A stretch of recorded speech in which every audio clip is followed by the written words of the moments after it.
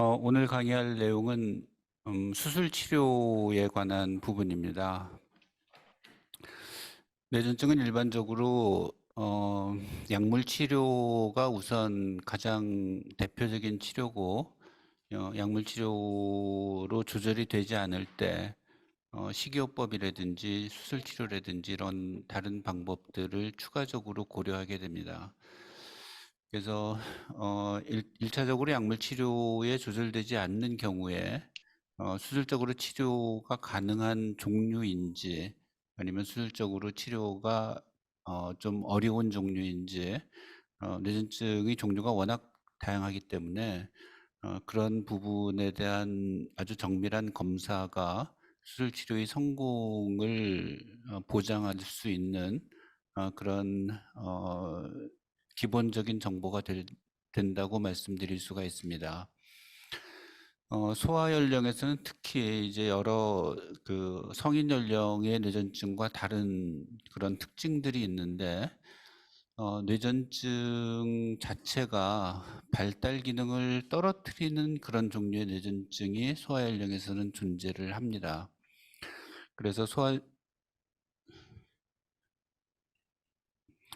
그래서 발달 기능이 떨어지는 종류의 뇌전증, 그 발달 기능이 인지 발달이 떨어지는 종류의 뇌전증이죠. 전체 3세 이하에서 발생하는 뇌전증의 약 3분의 1 정도가 이런 발달 기능이 떨어지는 영향을 뇌전증으로부터 받게 되는데, 그런 종류의 뇌전증이라면 그 뇌전증에서 빨리 벗어나게 만들어주는 게 발달을 정상화시키는데 상당히 중요합니다. 그래서 발달 기능을 떨어뜨리는 뇌전증이 시작이 됐다고 했을 때 그 전까지 정상적으로 발달을 하던 아이가 시간이 지나면서 점점 경증의 인지저하, 중등도의 인지저하, 그리고 더 지나면 심한 정도 중증의 인지저하로 시간에 따라서 점점 악화되는 성향을 밟기 때문에 그런 인지저하가 진행되기 이전에 그 병에서 벗어나게 만들어줄 수 있는 치료를 반드시 고려를 해야 되고, 그런 과정에서 약물 치료에 의해서 조절되지 않을 경우에는 식이요법이라든지 아니면 수술 치료가 가능할 경우에는 수술 치료를 가급적이면 빨리 결정해서 적용을 해줘야지만 그런 인지저하를 막는 게 가능할 수가 있습니다. 성인 뇌전증의 경우에는 국소에서 발생하는 뇌의 어떤 한 병소에서 발생하는 뇌전증은 전부 다 이제 국소 뇌전증으로 발생을 하는데, 소아 소아에서는 그 국소 뇌전증 병소, 국소 뇌전증 병소가 워낙 좀 강력할 경우에는 병소가 아닌 다른 부분, 정상적인 뇌까지도 같이 뇌전증을 2차적으로 일으킬 수 있는 조직으로 변하기 때문에 그런 국소 뇌전증 병소에 의해서 전신 뇌전증이 발생하기도 합니다. 그래서 잘 알려져 있는 영아인축이라든지 레녹스 가스터 증후군 같은 전신 뇌전증의 경우에 간혹 가다가 이런 국소 뇌전증 병소를 갖고 있는 경우들이 있습니다. 모든 환자들은 아니지만 이런 경우 국소 뇌전증의 병소를 갖고 있는 전신 뇌전증의 경우에 전체 뇌가 뇌전증을 일으키는 상태라고 하더라도 이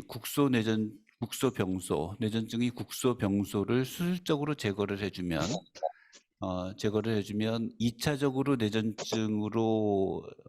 뇌전증을 일으키는 조직으로 변화한 뇌 조직은 다시 정상 조직으로 변해 갈 수가 있기 때문에 결과적으로 전반적인 뇌전증, 그러니까 전신 뇌전증이 정상으로 회복되는 게 가능할 수가 있습니다. 그러니까 성인의 경우에 전신 뇌전증을 갖고 있다 그러면 그거는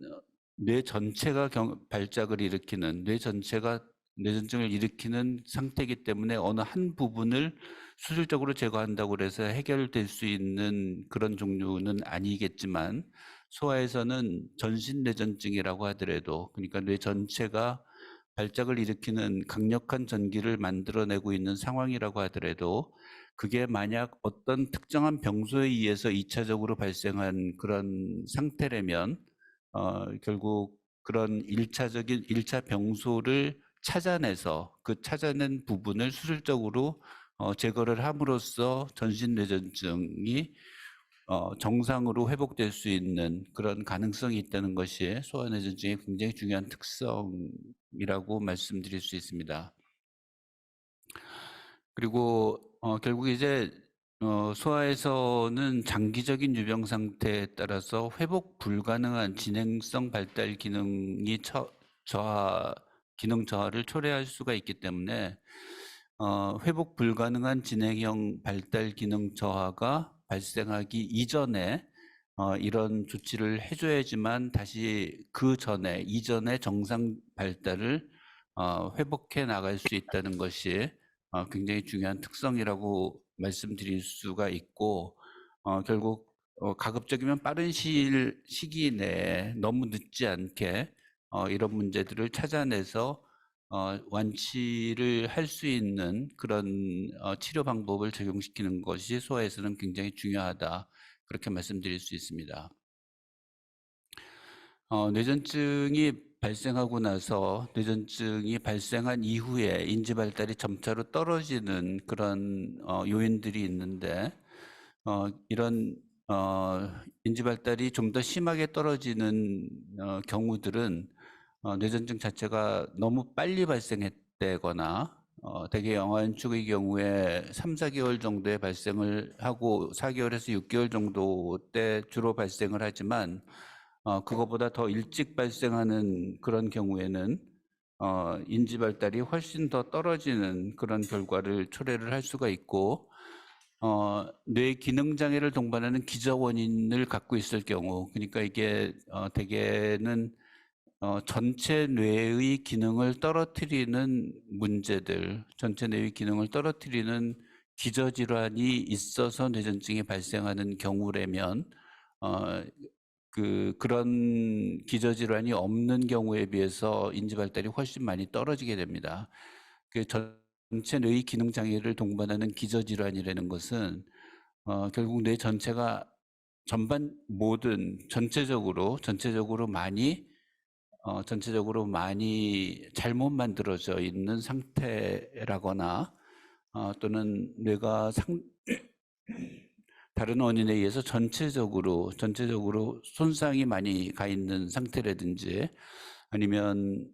유전적인 결함에 의해서 유전자 질환에 의해서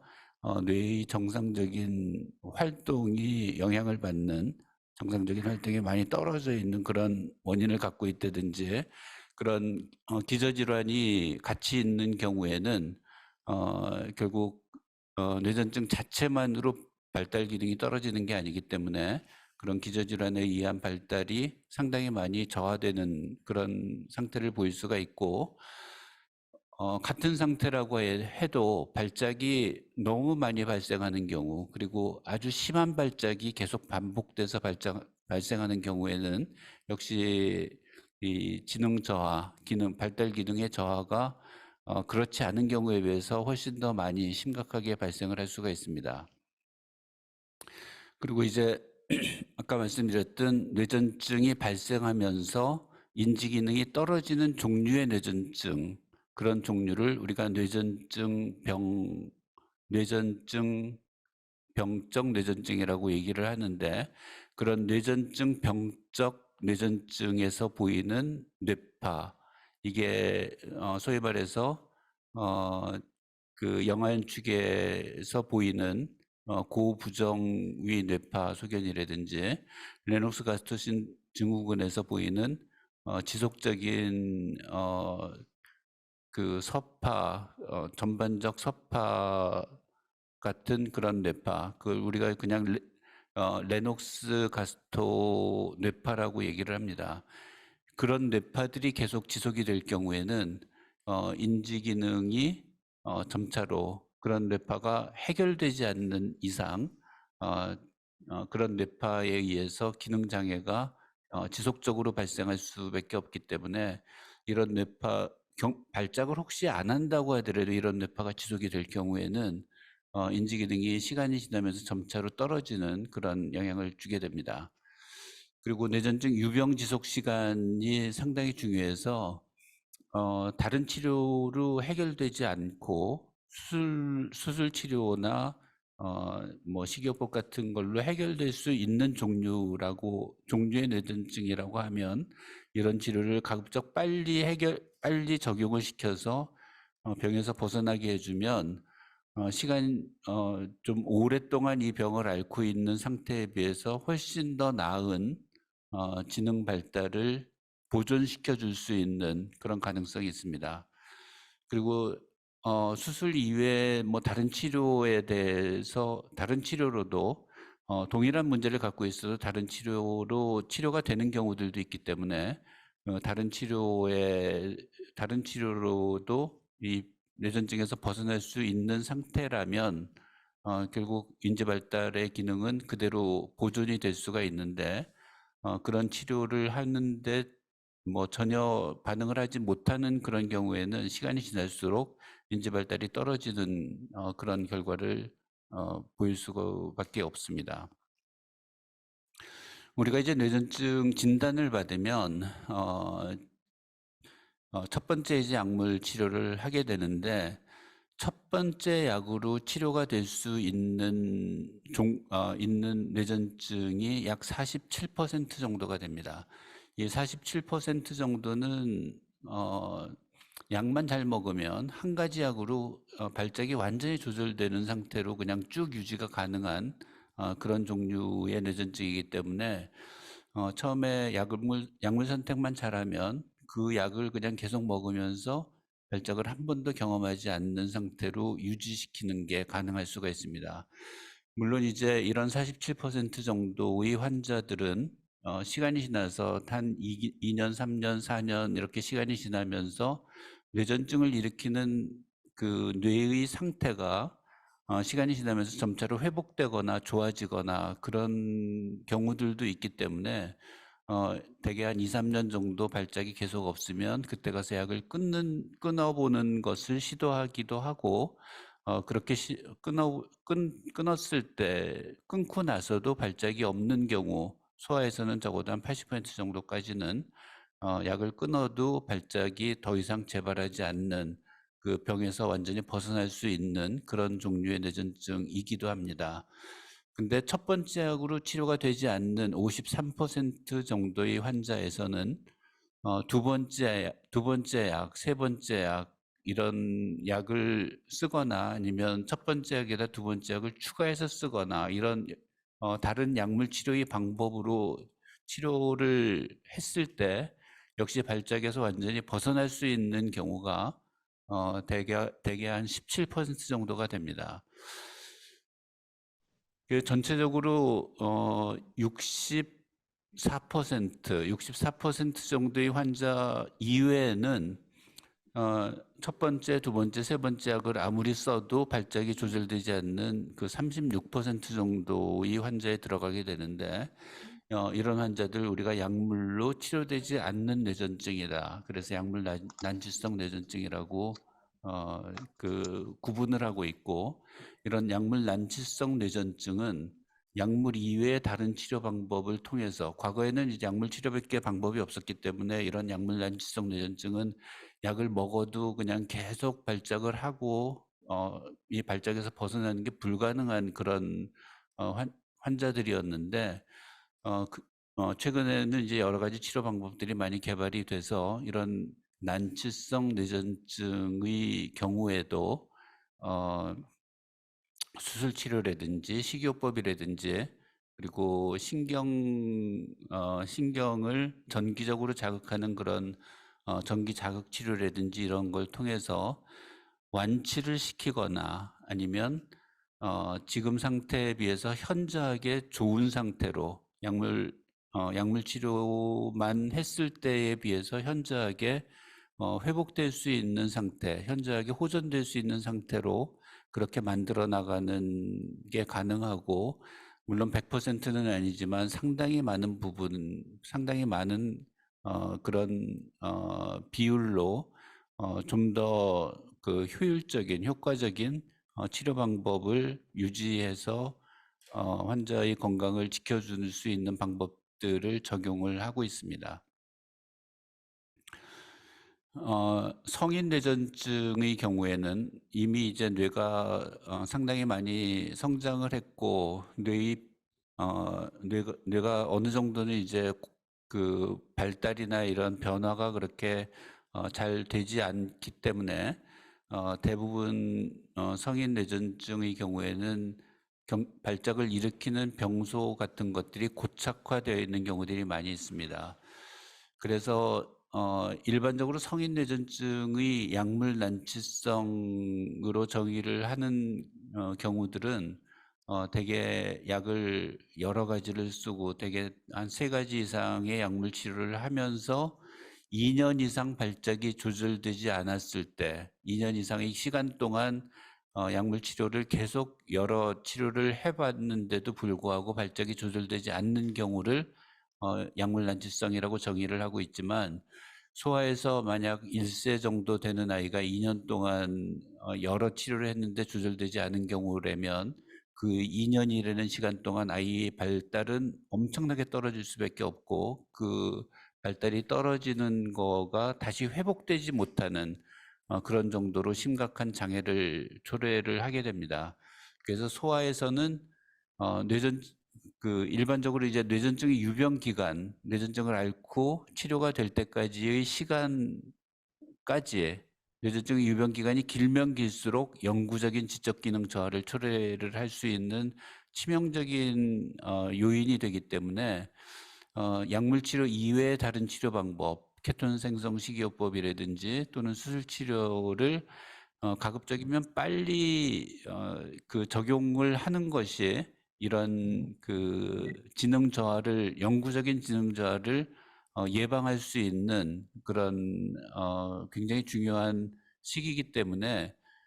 그 약물 난치성의 정의는 대개 2가지 이상의 약제에 의해서 조절되지 않고 그 영아인축의 경우에는 대개 한 6개월 정도 또는 그거보다 더 빠른 시일 내에 발작이 조절되지 않은 그 기간 내에 조절되지 않을 경우에 가급적 약물 난치성이라고 빨리 정의를 하고 진단을 하고 식이요법이라든지 수술 치료를 빨리 넘어가서 진행을 하는 것이 적용을 하는 것이 소아에서는 굉장히 중요합니다. 이게 대뇌 피질 이형성증에 의한 난치성 영아연축인데 대뇌 피질 이형성증은 뇌의 어느 한 부분이 잘못 만들어져서 그것 때문에 발작이 생기는 그런 영아연축 환자들인데 그런 영아연축 환자들만을 대상으로 저희가 그 연구를 했던 그 상태에 따른 연구를 했던 그런 그 환자들인데 전체 환자가 55명인데 55명 중에 MRI 그 돌 이전의 MRI에서 이 피질이 형성증이 확인이 된 경우는 18명밖에는 안 됐고 나중에 이제 돌이 지나서 다시 검사를 했거나 아니면 수술로서 그 피질 형성증의 조직 검사로서 확인이 된 환자들, 그러니까 돌 이전에 MRI가 정상이었던 환자들이 37명이 있었고 그 중에 12명의 경우는 첫 번째 약이나 두 번째 약으로 완전히 조절이 된 환자들입니다. 그러니까 대략 피질 이형성증을 가지고 그것 때문에 영아연축이 발생한 경우라고 하더라도 수술 치료가 가능한 이런 원인을 갖고 있는 경우라도 일부에서는 대략적으로 약 20% 정도는 첫 번째 또는 두 번째 약으로 발작이 완전히 조절이 되는데 첫 번째, 두 번째 약으로 조절이 되지 않았을 경우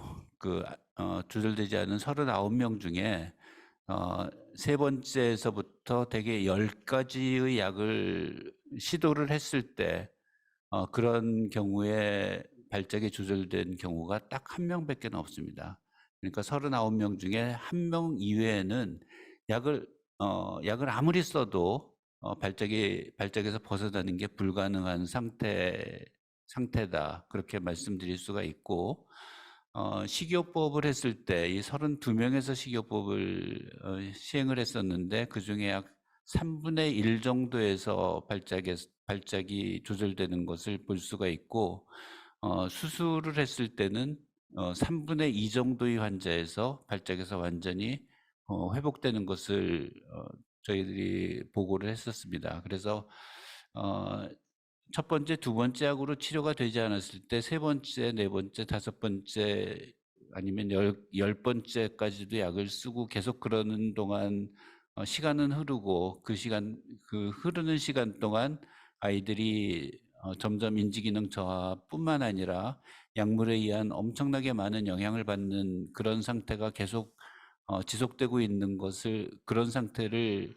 계속 방치하고 있는 것보다는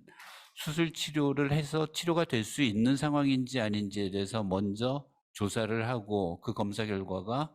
뇌의 어느 한 부분에서 발생하는 병소를 갖고 있는 상태라면 가급적이면 수술 치료를 빨리 결정해 주는 것이 그런 환자들의 치료에는 훨씬 더 도움이 된다. 그렇게 보여주는 그런 결과라고 말씀드릴 수 있습니다. 결국 약물로 치료가 되지 않는 약물 난치성 뇌전증의 치료 방법, 새로 개발되거나 개발 중인 항뇌전증 약제가 요즘 많이 적용을 하고 있는 대마 오일에서 추출한 칸나비디올이라는 약물하고 아직까지 소아에서 허가가 돼 있지는 않지만 성인에서 이미 허가가 돼 있고 사용되고 성인에서 크게 문제가 없이 사용하고 있는 약제, 아직 소아에서는 그 안전성이 완전히 확보되지는 않았지만 성인에서 이미 그 안전성이나 효과가 이미 검증된 약제, 이런 약제들이 아직은 몇 가지가 있습니다. 그런 약제를 시험적으로 사용해 보는 것도 아주 일부에서 추가적인 도움을 받을 수 있는 그런 경우들이 있습니다. 그리고 그런 것 때문에 임상시험을 하고 있는 그런 경우에 임상시험을 하고 있는 그런 약제들이 있는데 그런 약제들을 사용해 보는 게 가능할 수가 있습니다. 또 식이치료는 케톤식이로 대변되는 식이치료 방법, 그리고 이제 애킨스 식이요법이라고 하는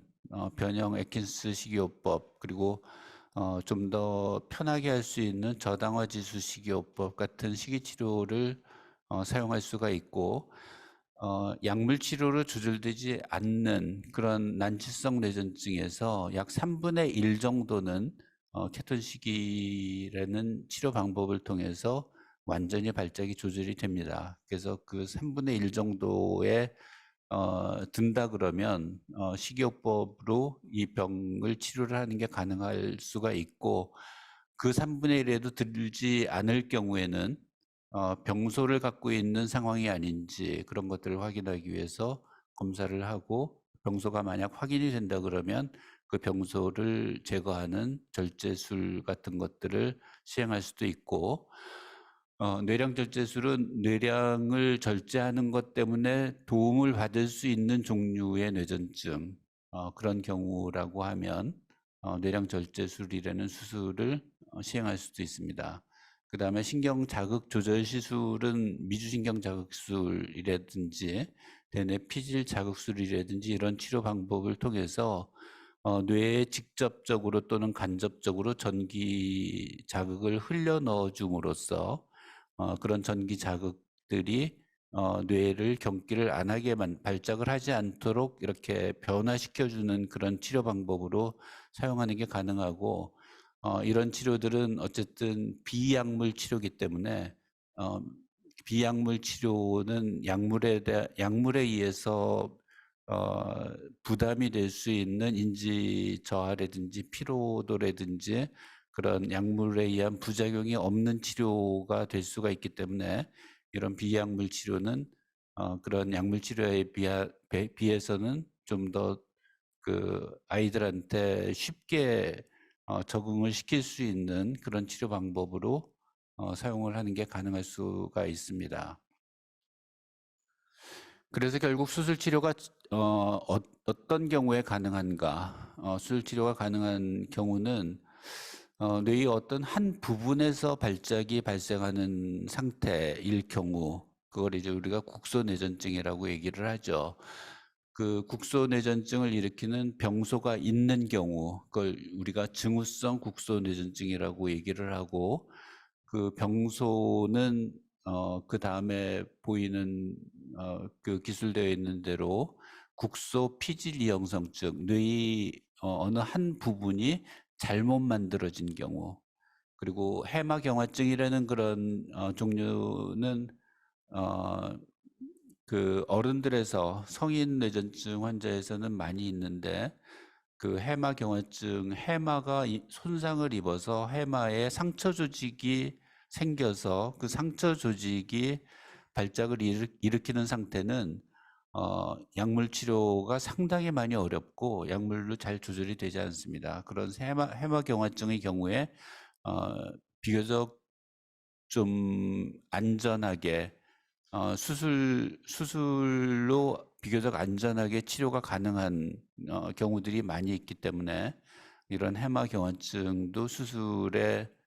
할 수 있는 그런 종류의 뇌전증, 대표적인 뇌전증에 들어가고, 어, 양성 뇌종양의 경우는 이게 거의 자라지 않는 종류의 뇌종양이기 때문에 이 뇌종양이 자라지 않으면 사실 발작만 일으키지 않으면 그냥 건강에 아무 영향을 주지를 않지만 양성 뇌종양이 발작을 일으키는 게 거의 유일한 증상이라고 얘기할 수 있는데, 이런 양성 뇌종양이 발작을 일으켜서 약물 치료로 잘 되지 않는 경우에는 이 양성 뇌종양을 제거해 줌으로써 이 발작에서 벗어나는 게 가능할 수가 있기 때문에 역시 국소뇌전증이 원인으로 수술 치료가 가능한 그런 종류의 뇌전증이고, 결절성 경화증도 결절이 뇌의 굉장히 여러 부분에서 발생하기 때문에 양쪽 뇌에 상당히 많은 병소가 있기는 하지만 그 중에서도 발작을 일으키는 아주 굉장히 강한 전기를 만들어내는 병적인 결절만 잘 선택해서 제거를 해준다 그러면 역시 수술을 통해서 완치가 가능할 수도 있고, 완치가 되진 않더라도 수술 전에 비해서 여러 가지로 발작의 횟수가 현저하게 많이 줄거나 발작에 대한 그 부담을 많이 줄일 수 있는 그런 수술 대상 질환이라고 대상 질환에 들어갑니다. 그리고 간혹 혈관 기형이 발작을 일으키는 병소가 될 수가 있기 때문에 혈관 기형이 있는 경우에서 발생하는 뇌전증 역시 수술 치료가 가능하고, 국소 뇌손상, 뇌 손상이 전체적으로 온 게 아니라 어느 한 부분에 뇌손상이 있는데 그 뇌손상이 일어난 부위에서 주변의 상처 조직에서 발작이 일어난 경우라면 그 상처 조직을 수술적으로 제거해 줌으로써 발작에서 벗어나게 만들어주는 그런 치료 방법이 가능할 수가 있습니다. 소아에서는 이제 뇌전증성 뇌병증이라고 얘기하는 그런 뇌의 어느 한 부분에서 발작이 시작해서 뇌 전체를 발작을 일으키는 전반적인 뇌전증, 전신 뇌전증을 일으키는 그런 종류의 뇌전증이 있는데, 오타하라 증후군이라든지 영아연축, 레녹스-가스트 증후군, 란더-클레프너 증후군 같은 이런 종류의 뇌전증들이 일반적으로는 전체 뇌의 문제 때문에 발생하는 경우가 조금 더 많지만 이런 동일한 이런 뇌전증이라고 하더라도 이 중에 일부는 국소 뇌전증 병소에 의해서 이런 전반적인 뇌전증이 발생을 하기 때문에 그런 국소 뇌전증의 병소를 잘 확인할 수가 있다 그러면 전신성, 그러니까 전체 뇌의 발작을 일으키는 상태라고 해도 일부 병소를 제거함으로써 발작에서 완전히 벗어나는 것이 가능한 그런 경우들이 있습니다. 그래서 뇌전증성 뇌병증이라고 하면 되게 전체 뇌가 다 안 좋기 때문에 이건 치료를 못한다, 수술을 못한다, 이렇게 얘기하는 경우들이 아직까지도 뭐 우리나라뿐만 아니라 세계적으로, 전 세계적으로 의료 선진국이라고 하는 뭐 미국 같은 경우에도 그런 좀 잘못된 생각 때문에 수술 시기를 놓치게 되는 경우들도 아직까지도 있는데, 어쨌든 전반적인 전체 뇌, 양쪽 뇌 전부 다 발작을 일으키는 상황이라고 하더라도 그 중에 일부는 한쪽 뇌 어느 한쪽 부분에서 발작이 처음으로 시작해서 전체 뇌를 영향을 준 거기 때문에 그런 부분을 찾아내서 수술을 하는 게 가능하다. 그렇게 그런 부분들을 적극적으로 찾아 나가는 그런 진단 방법들이 상당히 중요합니다. 뇌전증이 수술은 아무래도 모든 환자들에게 이게 뇌수술이기 때문에 뇌전증을 수술로 치료하자 그럴 경우에 굉장히 많은 이제 우려나 걱정 같은 것들을 하게 되죠. 그거는 뭐 환자의 보호자 부모님들뿐만 아니라 모든 의사들이 다 같이 함께하는 걱정인데, 수술 치료는 반드시 약물로 조절이 가능한 그런 뇌전증의 경우엔 절대로 수술을 하지 않습니다. 약물로 평생 이 조절이 되지 않는 그런 종류의 뇌전증일 경우에 수술 치료를 고려를 해야 되고, 그다음에 수술 치료에 의해서 뇌전증에서 완전히 벗어나거나 또는 현저하게 도움을 받을 수 있는 상태라고 판단될 경우에만 수술을 진행을 합니다. 그러니까 수술을 할 수 있는, 수술로 이런 상태에서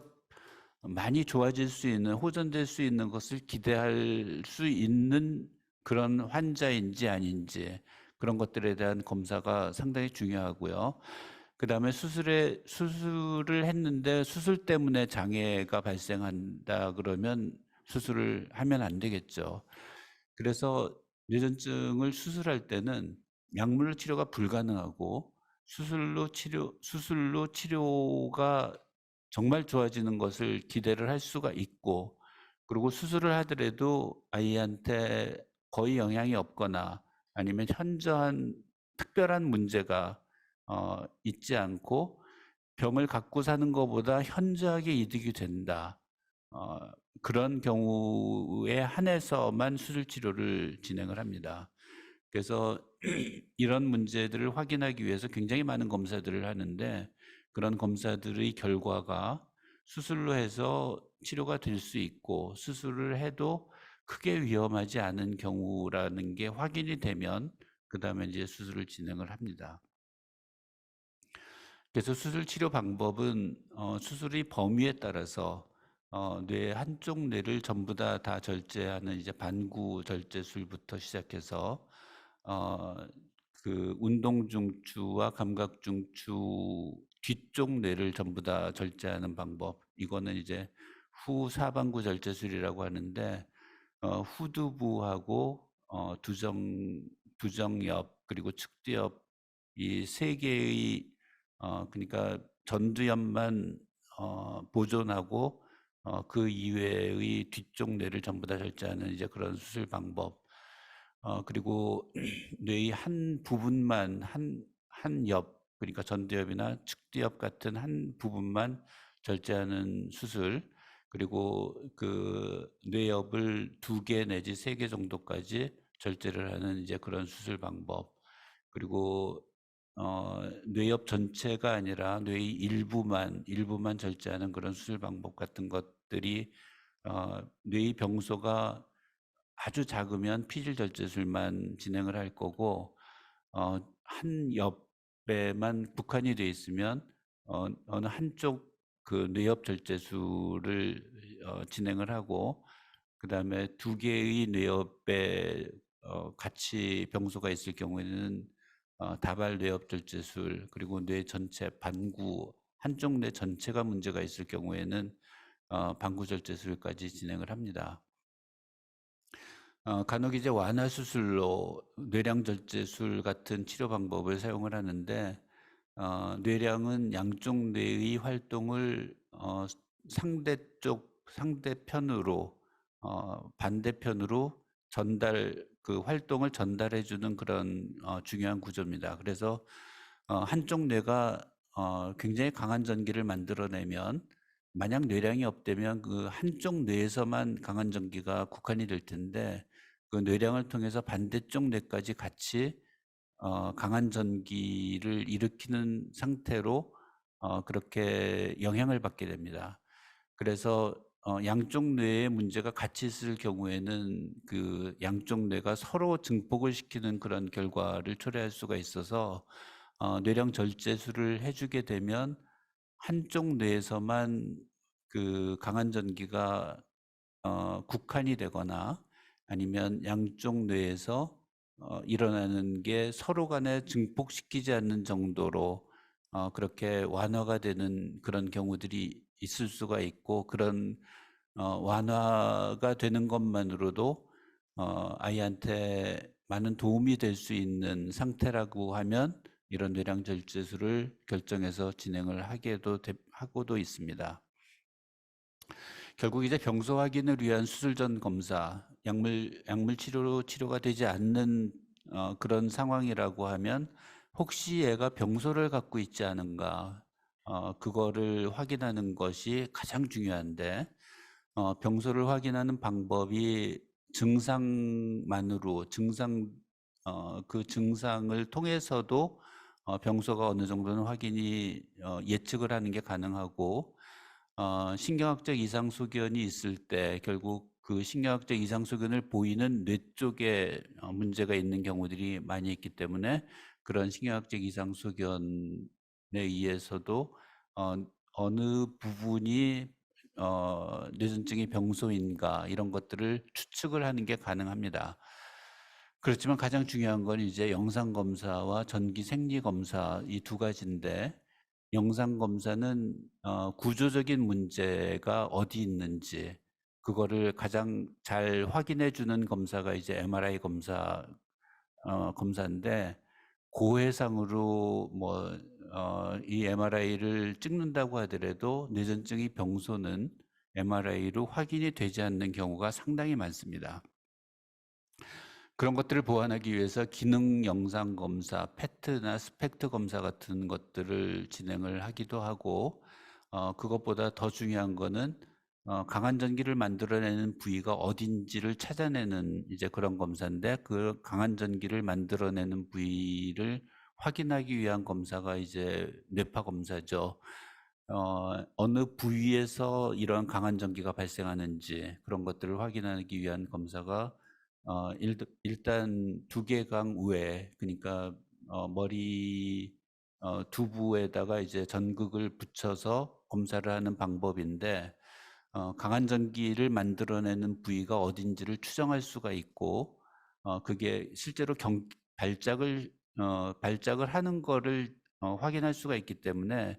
발작이 발생할 때 그 발작 뇌파가 어디서 발생하는지 그런 것들을 확인하는데, 두개강 외 검사는 일반 뇌파죠. 일반 뇌파하고 비디오 뇌파 검사, 장기간 지속적 비디오 뇌파 검사 이런 것들이 이런 두개강 외 뇌파 검사로 이용을 하게 됩니다. 최근에 국내에 도입이 된 뇌자도 검사는 시간적으로 오랫동안 검사를 하는 검사가 아니기 때문에, 되게 아무리 오래 해도 1시간 내지 2시간 정도 이상 검사를 하기는 좀 어려워서, 그 1시간 내지 2시간 내에 발작의 병소에서 발생하는 강한 전기를 확인할 수가 있다 그러면 뇌자도 검사는 굉장히 정밀한 검사입니다. 그렇지만 그 비디오 뇌파 검사, 지속성 뇌파 검사처럼 하루 이틀 이상 이 검사를 계속 진행할 수 있는 검사가 아니기 때문에 그 검사 시간 동안 그런 비정상적인 그 전기 현상, 비정상적인 발작, 강한 전기를 만들어내는 현상들이 확인이 되지 않으면 뇌자도 검사도 역시 한계, 그 병소를 확인하는데 한계가 있을 수가 있습니다. 그렇지만 그게 확인이 될 경우에는 그 어느 부위에서 이 발작을 일으킬 수 있는 가능성이 높은지를 상당히 정밀한 정도로 확인하는 게 확인해 주는 게 가능한 그런 검사 방법으로 사용할 수가 있습니다. 그리고 이제 두개강 뇌파는 그 병소가 어느 부분인지를 우리가 알고 있을 때 실제로 어디까지가 문제가 있는지 아니면 정상적인 뇌 조직은 어디까지인지 그런 걸 완벽하게 확인을 밖에서 확인하는 건 불가능하기 때문에 머리 안쪽에 전극을 넣고 검사를 하는 이제 그런 1차 수술을 통해서 검사를 진행하는 이제 그런 방법이고 두개강 뇌파 검사는 과거에는 이제 전극을 넣고 물론 지금도 전극을 넣지만 그 전극을 뇌 안쪽에다 집어넣어 가지고 병적인 뇌와 정상 뇌를 구분하는 이제 그런 검사로 사용을 했었는데 요즘은 이제 병소를 우리가 추측하는 그런 경험들이 많이 좋아졌기 때문에 로봇을 이용해서 전극을 꽂아 넣고 검사를 하는 이제 그런 방법도 많이 사용을 하고 있습니다. 그것도 역시 두개강 뇌파 검사인데 그런 검사를 통해서 그건 이제 그 두개골을 열지 않고 전극을 넣는 검사이기 때문에 아이들이 굉장히 편해합니다. 이제 그런 방법들도 많이 새로 개발이 돼서 아이들이 점차로 덜 힘들고 좀 더 정확하게 수술을 할 수 있는 그런 방법들로 이용을 하게 됩니다. 그렇지만 이 말씀드린 이 모든 검사들이 완벽한 검사가 하나도 없습니다. 완벽한 검사가 하나라도 있다 그러면 사실 나머지 검사들은 전혀 필요가 없는데 완벽한 검사가 하나도 없기 때문에 이런 모든 검사들을 전부 다 진행을 해서 이 검사들을 전부 종합적으로 판단해야지만 병소가 있는지 없는지 확인이 되고 병소가 있으면 병소가 어느 부분까지 있는지 그런 것들을 확인할 수가 있고 그렇기 때문에 이런 검사들을 모두 진행하는 이유가 이런 검사들을 종합적으로 총체적으로 확인을 해서 병소인지 아닌지를 결정해 나가는 것이 반드시 필요하고 이런 것들을 얼만큼 잘 결정하느냐에 따라서 뇌파 분석 역량이나 이런 것들에 따라서 결국 완치율은 높기도 하고 완치율이 많이 떨어지기도 하고 동일한 수술 치료를 했는데도 불구하고 기관 간의 수술 치료의 결과가 다른 이유들이 이런 것들을 종합해서 확인할 수 있는 능력 같은 것들이 아직까지는 완벽하게 표준화되어 있지는 않기 때문에 그런 경험들을 가지고 수술 범위나 수술 방법 이런 것들을 결정해 나가는 게 아직까지도 상당히 중요하다 이렇게 말씀드릴 수가 있습니다. 피지리 형성증의 경우에 MRI가 실제 피지리 형성증이 확실한데도 불구하고 전체의 31% 정도는 아직까지도 MRI로 확인이 불가능한 그런 상태고 이건 저희들의 결과도 마찬가지라서 저희들이 피지리 형성증으로 확인이 된 그런 환자들인데도 불구하고 전체의 35% 정도만 MRI에서 MRI 이상이 확인이 됐고 그 조금 더 정확한 검사들은 이제 페트나 스펙트 그런 검사들이 조금 더 정확한 검사 MRI보다는 정확한 그런 정보를 제공을 해주고 있고 결과적으로는 이제 뇌파 검사를 통해서 병소를 확인하고 치료를 하는 이제 그런 결정을 하게 됩니다. 이게 스펙트 검사인데 그 오른쪽 화면으로 보이는 오른쪽 아래쪽 뇌에서 어, 그 지금 뇌가 좀 잘못 만들어져 있거든요. 그러니까 어, 화면의 왼쪽하고 화면의 오른쪽하고 지금 차이가 나는데 화면의 오른쪽에서 뇌 조직이 좀 잘못 만들어져 있는 상태라서 그 부분에서 스펙트 검사를 해보면 발작을 하지 않았을 때는 그 부분의 스펙트 영상이 많이 떨어져 있는데 발작을 할 때는 그 부분의 영상이 상당히 많이 증가되어 있는 걸 볼 수가 있습니다. 그래서 그런 결과에 의해서 화면에서 오른쪽 아래쪽 뇌가 문제가 있다는 것을 확인을 하고 이 환자의 뇌파를 보면 위쪽 사진은 뇌파가 전체적으로 다 안 좋은 전신성 뇌파죠. 이 환자는 영아연축으로 시작해서 레녹스 가스트로 증후군으로 이행됐었던 환자고 그럼에도 불구하고 사진상으로 오른쪽, 그러니까 실제로는 왼쪽 아래쪽 뇌가 잘못돼 있어서 그 부분에서 지금 뇌파를 보면 그 부분에서 이제 속에서 발작이 계속 진행되는 성향을 보이고 있거든요. 그 아래쪽 뇌파를 보면 그래서 왼쪽 아래쪽 뇌를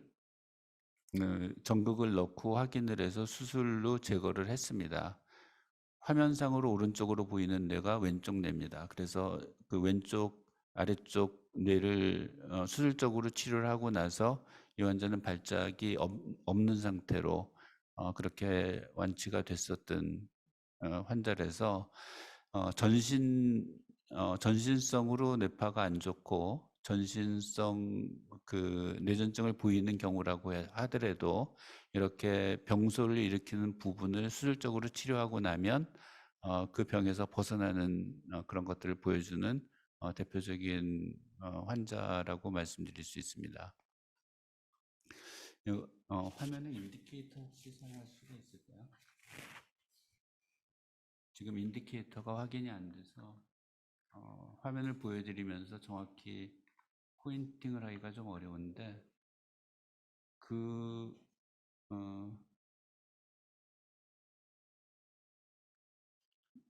지금 빨간 인디케이터가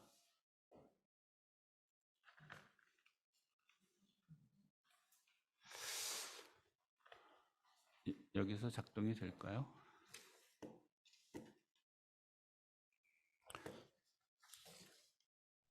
이 환자는 이제 레녹스 가스트 증후군 환자인데 이게 오른쪽 뇌입니다. 오른쪽 뇌의 앞쪽에 병소가 있는데 MRI로 왼쪽하고 오른쪽 비교해도 구분이 사실 잘 안 가시죠. 대부분의 병원에서 대부분의 영상의학과에서 이런 정도의 MRI는 대부분 정상으로 판독을 합니다. 근데 페트 검사를 해보면 그 오른쪽 앞쪽 뇌가 여기 오른쪽 앞쪽 뇌가 왼쪽 앞쪽 뇌에 비해서 그 양전자의 양전자의 축적이 상당히 많이 떨어져 있는 걸 볼 수가 있고 그런 걸 이제 양쪽 뇌를 비교를 했을 때 오른쪽 앞쪽 뇌에 이렇게 많이 반대쪽 뇌에 비해서 많이 떨어져 있는 그런 현상을 확인하는 게 가능하고 다른 여러 가지 방법들을 더 추가적으로 적용을 했을 때 MR 스펙트로스코피라는 그 성분 분석하는 이제 그런 검사인데 그 검사를 했을 때 건강한 뇌에서 보이는 NAA라는 피크하고 콜린이라는 피크의 차이가 이만큼 나는 거에 비해서 병적인 뇌에서는 NaAL에는 피크하고 NaAL에는 물질의 함량하고 콜린이라는 물질의 함량이 차이가 그렇게 많이 나지 않는 그런 상태를 반대쪽 뇌에 비해서 뚜렷하게 보이고 있어서 이 오른쪽 앞쪽 뇌가 병적인 뇌다라는 것을 보여주고 있고요. 그 다음에 이 백질의 그 연결도를 보여주는 이제 이런 영상 검사를 추가적으로 적용을 했을 때 왼쪽 뇌에 비해서 그 연결 그 회로들이 상당히 많이 떨어져 있는 그런 차이도 보이고 있어서 이거는 오른쪽 앞쪽 뇌에 문제가 있을 것이다라는 것을 확인해 주는 검사 결과고 뇌파에서는 왼쪽 오른쪽 관계없이 이렇게 전체적으로 강한 전기를 일으키고 있고 전체적으로 발작을 일으키는 전반적인 발작을 일으키고 있는 환자인데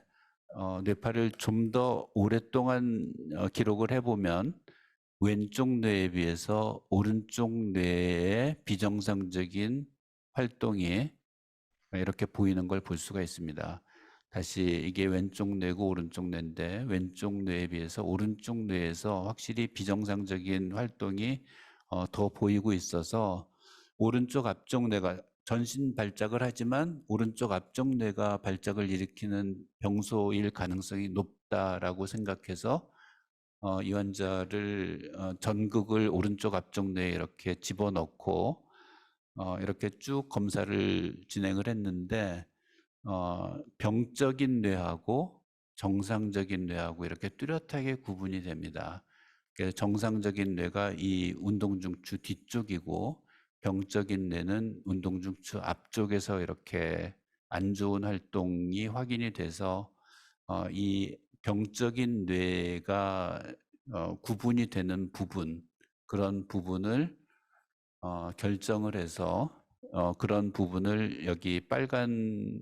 라인을 따라서 이렇게 절제를 했는데 이 환자가 수술하고 나서 발작이 완전히 없어졌습니다. 그래서 이 환자가 수술 전에는 하루에 5번에서 10번 정도의 대발작, 대경련 발작이 있었는데 이 발작이 완전히 없어지고 그 조직을 검사를 해보니까 일형 피질 이형성증으로 확인이 됐고 MRI에서 잘 확인이 되지 않았지만 어쨌든 병적인 뇌라는 게 확인이 됐고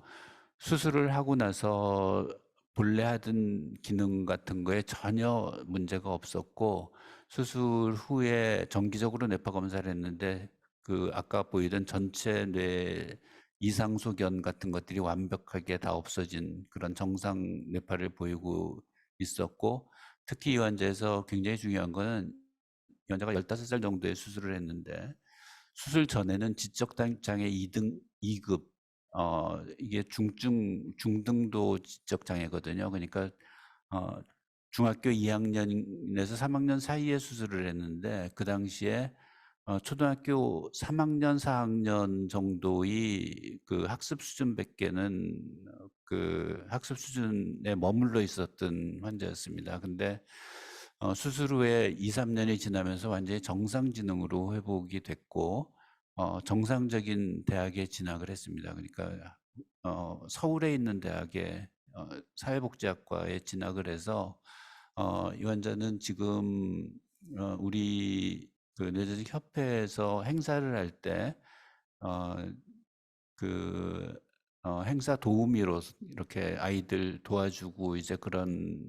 활동을 지금 하고 있을 정도로 완전히 정상적인 상태로 회복을 시키는 게 가능했었습니다. 그러니까 이 환자를 수술을 만약 안 했다고 하면 이런 일들은 일어날 수가 없는 거죠. 수술 전 지적장애가 계속 발작을 계속할 텐데 그런 상태에서 벗어나는 게 불가능한데 수술을 통해서 발작에서 벗어나게 되면 그 발작을 안 할 뿐만 아니라 그런 지적 기능이 개선되는 것을 이제 보여주는 대표적인 예라고 볼 수가 있습니다. 그래서 이게 저희가 그런 케이스들이 사실 외국에서도 그렇게 많지는 않아서 이게 27명의 레녹스 가스트 증후군 환자의 수술 치료에 대한 결과를 전부 다 모아서 발표를 했는데, 전체적으로 60% 정도의 환자, 27명 중에 60% 정도의 환자에서 발작에서 완전히 벗어나는 게 가능할 수가 있었고, 발작에서 완전히 벗어나지 않는 40%라고 하더라도 그 수술 전에 비해서는 훨씬 더 좋아진 그런 결과를 볼 수가 있는데,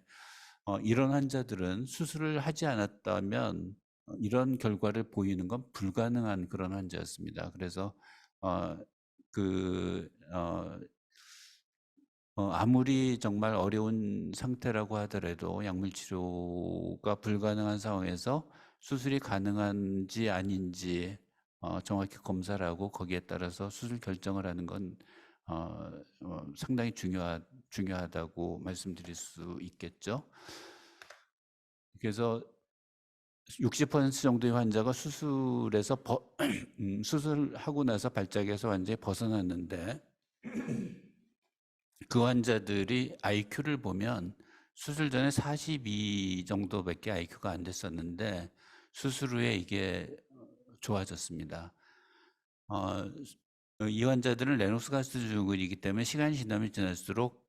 인지기능, 인지 발달이 IQ가 더 떨어지는 그런 환자인데,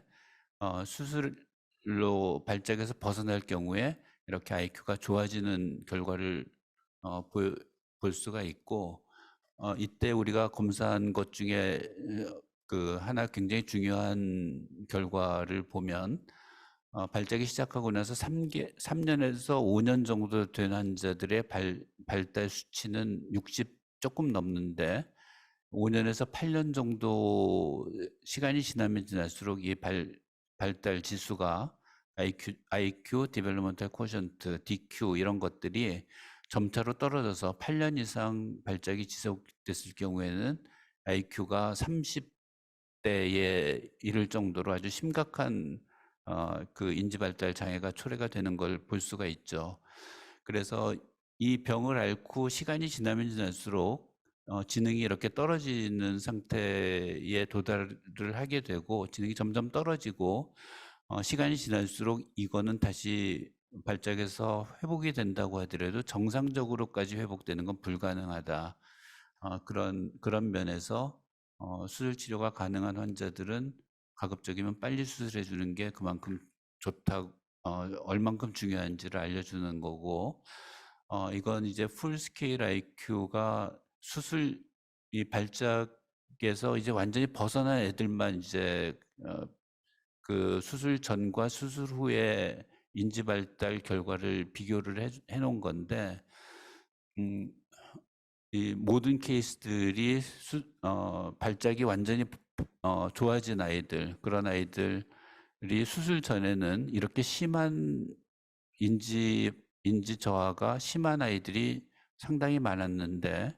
수술 후에는 정상인 경우가 이렇게 늘어났고, 수술 전에는 정상인 경우 한 명도 없었죠. 근데 수술 전에 이렇게 심한 인지 발달 장애가 정상 쪽으로 이렇게 점차로 변해가는 것을 볼 수가 있습니다. 한 명을 더 보여드리면, 이 환자도 역시 영아 연축으로 시작해서 레녹스 가스트 증후군으로 이행이 됐었던 환자인데, 오른쪽하고 왼쪽 앞쪽 뇌에 MRI상에 전혀 차이가 없는 그런 환자인데, 페트 검사, 아까는 페트에서는 이상이 확인이 됐었는데 이 환자는 페트에서도 이상이 전혀 확인이 안 됩니다. 그래서 병소가 확인이 안 된 상태에서 여기 보이는 이 부분이 뇌량인데, 이 뇌량만 절제를 했습니다. 그래서 뇌량 절제를 하고 나서 다시 페트 검사를 해보니까 이렇게 왼쪽 앞쪽 뇌가 오른쪽 앞쪽 뇌에 비해서 현저하게 떨어져 있는 그런 결과를 보이고 있었죠. 그래서 그 뇌량 절제 이전에는 뇌 전체에 이렇게 발작파가 전신적으로 이렇게 왼쪽 오른쪽 관계없이 나오던 그런 아이였는데, 뇌량 절제를 하고 나서 보니까 왼쪽에만 나오고 오른쪽에는 전혀 안 나오고, 다시 왼쪽 앞쪽에서만 나오고 오른쪽에는 전혀 안 나오고, 그래서 이런 경기 발작을 일으키는 활동이 왼쪽 뇌에 국한되는 것을 이제 확인을 할 수가 있었는데, 수술 뇌량 절제 후에도 이렇게 발작은 계속 반복이 돼서 추가적으로 검사를 다시 해서 페트 검사가 이렇게 왼쪽인 게 확인이 되고, 스펙트 검사에서도 왼쪽이 훨씬 떨어져 있는 것을 확인을 해서 이 왼쪽 뇌가 병소일 것이다라는 걸 확인을 하고, 거기에다 역시 전극을 넣고 병소가 있는 부분을 이렇게 절제를 하고 나서 이 환자도 발작에서 완전히 벗어난 그런 환자였습니다. 근데 이 환자는 발작을 앓고 있었던 게 워낙 오래됐었기 때문에 거의 한 10년 동안 이 병을 앓고 있었던 상황에서 발작은 완전히 없어졌지만, 그리고 뇌전증성 성형 뇌파도 완전히 좋아지고 약도 완전히 끊을 수 있었지만, 인지 발달이 분명히 개선되긴 했지만 2급 장애 정도에서 그냥 더 이상 좋아지는 걸 기대할 수는 없었던 그런 환자입니다. 그러니까 병을 훨씬 더 빨리 치료를 했었다 그러면 이런 장애를 갖지 않았을 수도 있었겠다라는 아쉬움이 있었던 그런 환자죠. 그래서 뇌전증 수술을 하고 나서 인지 발달의 기능은 변화를 보면 수술해서 발작에서 벗어난 아이들, IQ라고 그냥 생각하시고 보시면 되는데 43 정도 되는 IQ를 갖고 있었던 아이들이 수술을 한 5년 정도 지나면 64 정도까지 이렇게 증가를 하고 있고, 그런 것들은 그 국소뇌전증에서도 역시 발작에서 벗어나면 이렇게 인지 기능이나 이런 것들이 개선이 되는 걸 볼 수가 있어서 수술 치료로 치료가 가능한 종류의 뇌전증이라고 확인이 된다 그러면 가급적이면 빨리 수술을 진행하는 것이 가장 적합한 선택이다라는 것을 보여주는 그런 결과입니다. 결국 뇌전증 치료의 성취 목표는 발작을 안 하게 만드는 것뿐만 아니라 인지 발달을 할 수 있는 개별 역량, 아이들이 갖고 있는 그런 역량을 최대한도로 보존을 해서 뇌전증으로 인한 인지 발달 저하에서 회복시킬 수 있는 그런 가능한 한 가급적이면 최대한도로 정상적인 성인으로 성장해 나갈 수 있도록 지켜주는 게 목표고, 결국 가능한 한 조기에 가급적이면 빨리 어려운 치료라고 생각할 수 있는 수술이라든지 식이요법이라든지 이런 것들을 가급적 빨리 결정해서 적용을 시켜야지 인지 발달이 결국 영구적으로 떨어지는 것을 예방하는데 도움을 줄 수가 있습니다. 이런 뇌전증 수술 치료에 대한 그 일반적인 그 개념에 대한 내용을 제가 우버 인사이트 화면에 좀 띄워주세요. 우버 인사이트라고 매일경제에서 지금 연재를 하고 있는 이제 그런 건데, 뇌전증의 수술 치료, 수술이나 식이요법도 고려해야 하는 이게 수술 치료에 대해서 지금 지속적으로 여기 연재를 하고 있으니까 이 내용을 한번 다 읽어보시면 뇌전증 수술에 대한 여러 가지 그 궁금증에 대해서 많이 해결하는 데 도움이 되실 걸로 생각이 됩니다. 이상으로 강의 마치겠습니다. 감사합니다.